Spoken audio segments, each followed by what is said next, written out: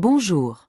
Aujourd'hui, on vous propose pour les élèves de la 3e année collège, une capsule sur la réaction de quelques matériaux avec l'air. Troisième partie. L'action du dioxygène sur le fer et l'aluminium.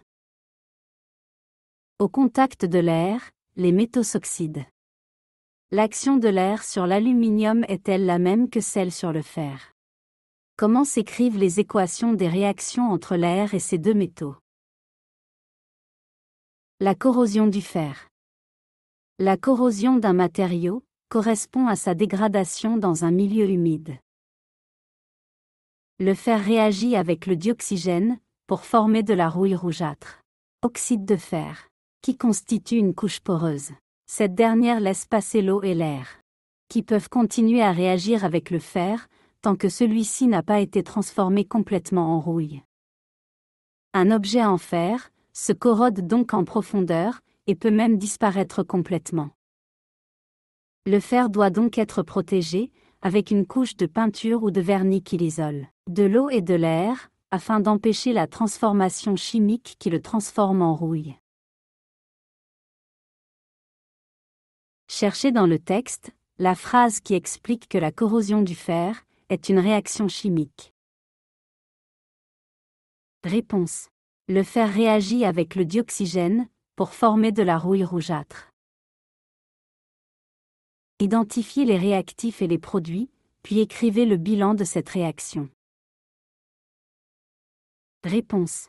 Les réactifs sont le fer et le dioxygène. Le produit c'est la rouille. Le bilan de la réaction est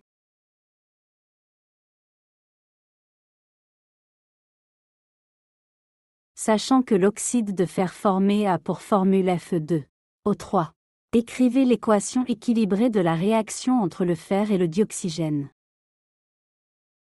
Réponse.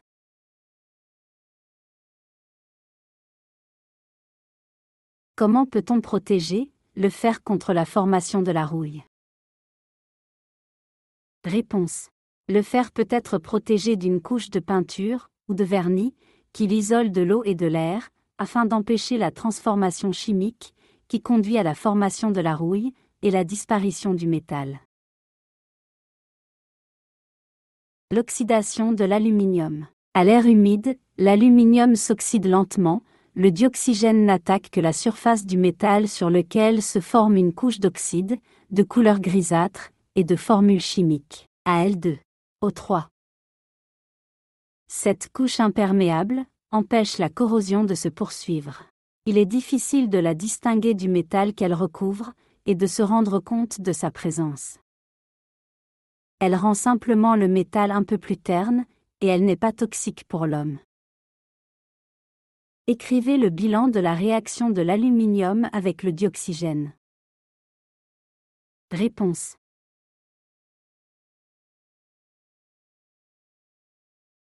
Écrivez l'équation équilibrée de la réaction entre l'aluminium et le dioxygène. Réponse.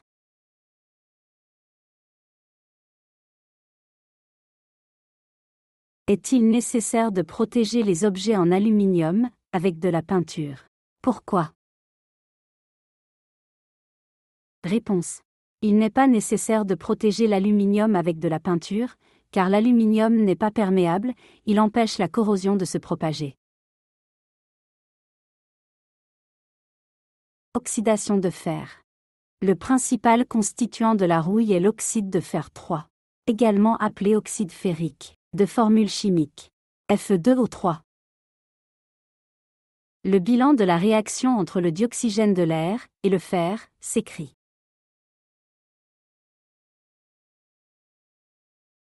La formule de la rouille est favorisée par la présence de l'air humide. La rouille est de couleur rouge-brun, est un composé poreux, la réaction se propage en profondeur et se poursuit alors jusqu'à la disparition totale du fer. Il s'agit d'une érosion de fer.